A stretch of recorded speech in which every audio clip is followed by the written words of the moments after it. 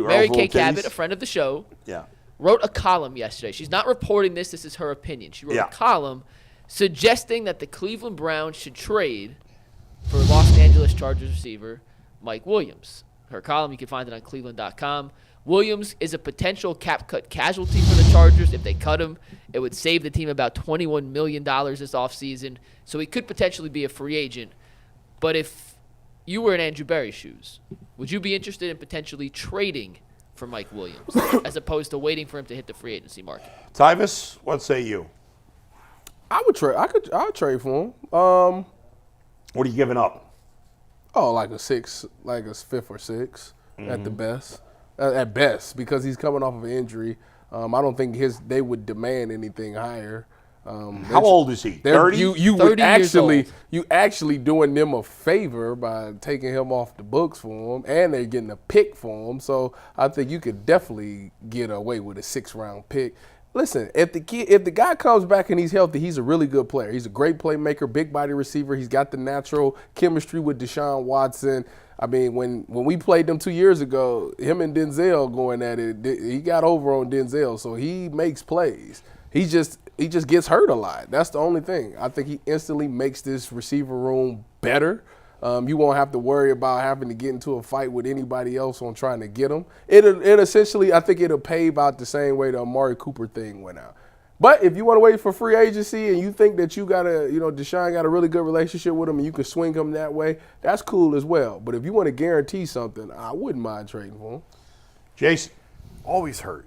That's the only problem. You know what? That's a big problem, though. That's when like the you look problem. at it, he hasn't missed as much time as you think. I don't know. I had was my surprised fantasy by team that. a couple of times. Yeah. And He was He's on my missed two, fantasy full this year. seasons. he was questionable every lot. week with That's it. something. And He played with a lot of But injuries. when he played, oh, yeah, I know. oh, Yeah. man. I think I would be okay with it. It feels a lot like the Amari Cooper move all over again, which obviously worked out really well for the Browns. It's probably Andrew Berry's best trade since he's gotten here.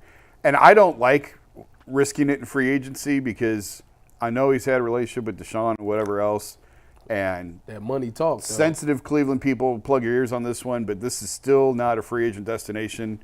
And it's been better in recent past. They've had a little bit more success getting guys. I said that. They got mad at me. I said that on the Browns radio. It's true. They got mad at me. All 3 teams will tell you that. All 3 teams will tell you it's hard to get free agents to come to Cleveland. Yeah. So that's why you trade for them and you take the choice out of it. So ultimately, I don't have a strong feeling either way. I think he's most certainly an upgrade over what they have in there now, and I think if you pair him with Amari, that's a pretty good 1-2 combination. I'm not so much concerned coming off the knee. Guys have knee injuries all the time. Mike, give me the contract info on Mike Williams, will you? So this is his final year of his deal. Yeah. So you're getting him essentially as a rental if you don't want to re-sign him. Yeah. His cap number for 2024 is $32.5 million. Yeah, but that wouldn't be for the Browns. That cap number would not be hit the Browns. Because But the they'd still cap pay number his- is an average, right, of at the years of the contract. Well, it depends on if he'd been restructured, if they Right. push money. So I don't think Oh, the Browns, if they trade for him, have to get a 32. There's nobody would trade for him if that was the cap. Here's what I know. Yeah.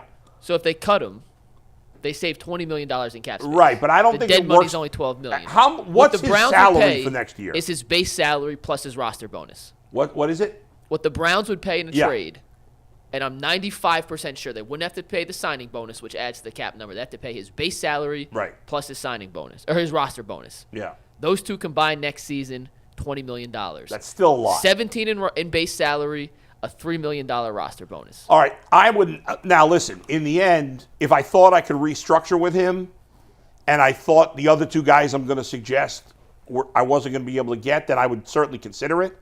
But I'm nervous about Mike Williams. He's missed 2 nearly full seasons, including last year. Now he's mostly. You just said. I was going to say he has mostly played full seasons in the other years. He hasn't missed as many games as you thought.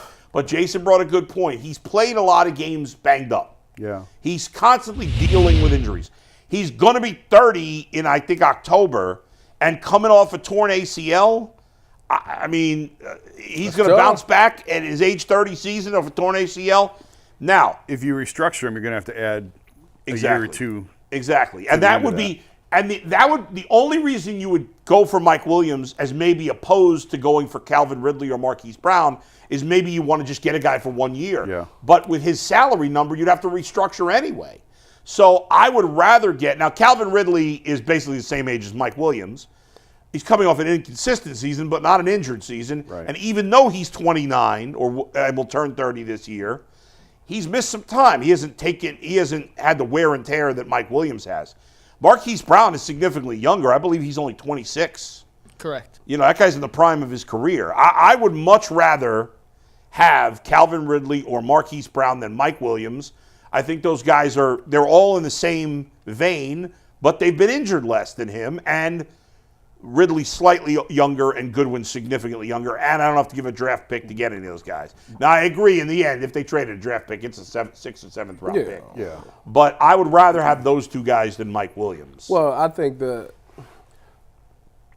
are you going to get those guys? I don't. That's the thing. Yeah. And like if it's Mike Williams or stick with what you got, yeah, give me Mike Williams. I think to Jason's point it's just not a big destination. Now, don't get me wrong, it's way better because when I said it like 2 years ago on the Browns radio. Yeah. And people was calling in, what do you mean that is not a... I said, come on now, listen. I'd have been around the league. Man, I used to joke with people and say, would you go play for the Cleveland Browns? And they told me straight up, I fake an injury just so the trade would get vetoed to not play for the Cleveland Browns. That was real talk. Yeah. But it's not like that now. I mean, the Browns obviously have done a really good job of getting new coaches there. You see the locker room, it's a lot of energy. And I think when you on the outside looking in, you get that taste like it's Cleveland. What's Cleveland? But when you get in that building, you get around them people, you'll be like, man, this is actually y'all got a really good thing going on. And I know that because that's what the players say all the time. Yep. Now, was that enough to get some of these people? Well, I mean, a paycheck also helps. I mean, you got keeping it real. You got to Money pay. talks. You got to pay just a tad bit extra fee just to get some of these guys' services in here because you come and think about it as a receiver.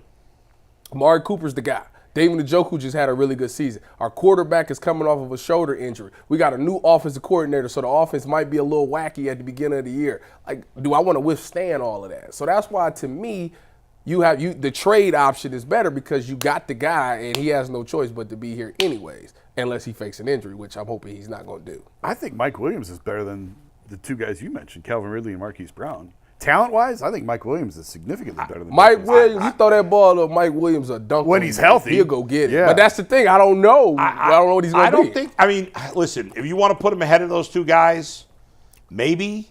I don't think it's a significant difference in talent. I mean, Calvin Ridley was a first-round pick. So was Marquise Brown, right?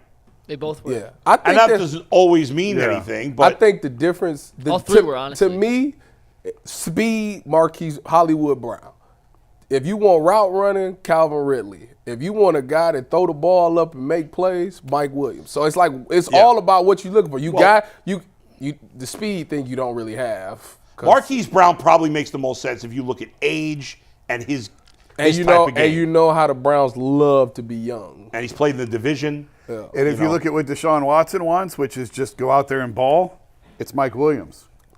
Listen, at the end of the day, worst case scenario, sticky situation, I could throw up a ball, throw up a fade ball. That man, Mike, I don't watch him do it so many times where he just jump over people and just make a play. Now, I don't know what he's going to be when he gets off his injury. I would imagine that's something that you don't necessarily lose. Like I think you off an ACL at 30. I think that's just who he is. You know.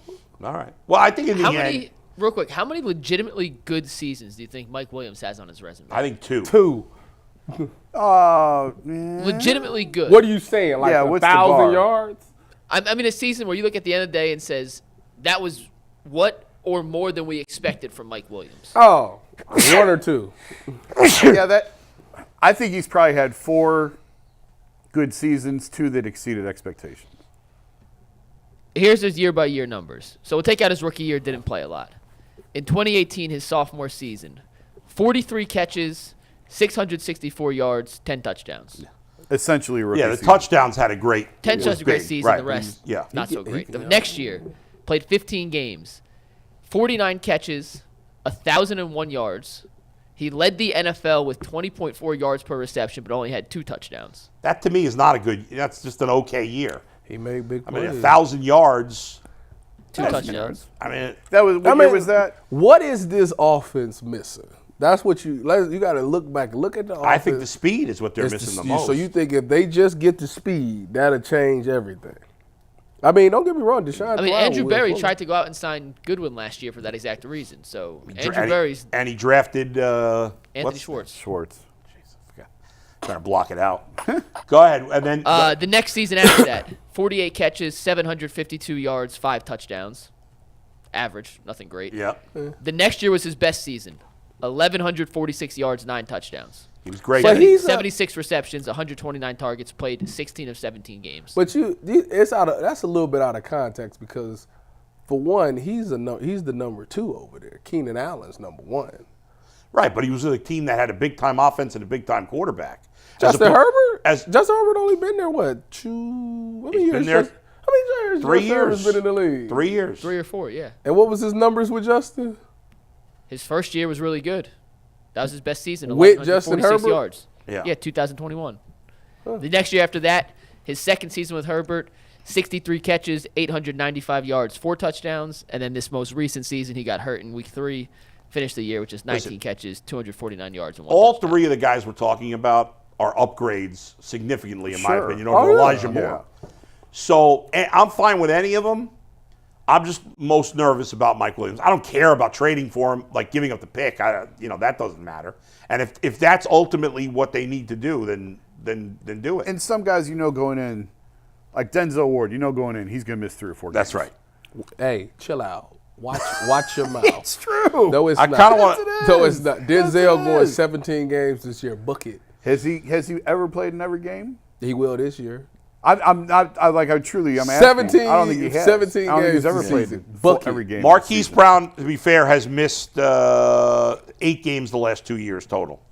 Jason, he has not ever played 100% of games. Yeah. No, I don't think He's so. come close. He played 15 in 2021. Hey, But the frustrating part- Hey, The frustrating part with Mike seems to be like it's a question almost every week. It feels like Wednesday, Thursday, Yes. is he going to play?